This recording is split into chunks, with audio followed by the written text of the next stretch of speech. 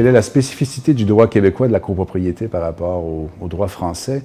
Je vous dirais que je remarque, dans un contexte ou une perspective plus globale, plus historique, que bien que nos sources soient les mêmes, en ce sens que notre ancien Code civil était largement inspiré du Code Napoléon, que nous avons notre propre Code civil à partir du 1er janvier 1994, je remarque qu'au Québec, le droit civil est un droit avant tout supplétif de volonté. Mis à part les dispositions que l'on considère d'ordre public, la loi n'intervient que dans la mesure où les parties ont omis ou négligé de se donner des dispositions contractuelles pour régir leurs relations. Donc, une déclaration de copropriété au Québec est un contrat qui n'est pas donc assujetti à cet ensemble de règles législatives absolument imposants que l'on retrouve en France. Alors, cette spécificité au Québec, elle reposerait, je dirais, d'abord et avant tout dans cette nature contractuelle de la copropriété.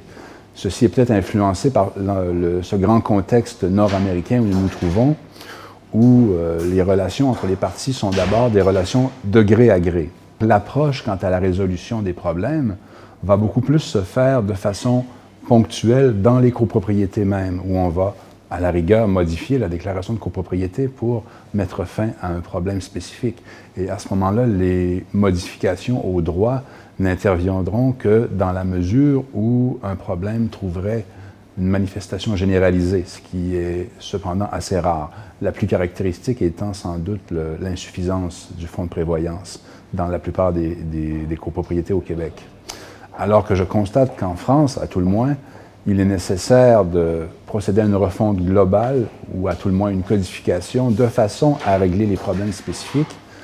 La dynamique est inverse au Québec, en ce sens que la nécessité d'une modification à la loi naîtra d'une impossibilité à résoudre les problèmes sur le terrain.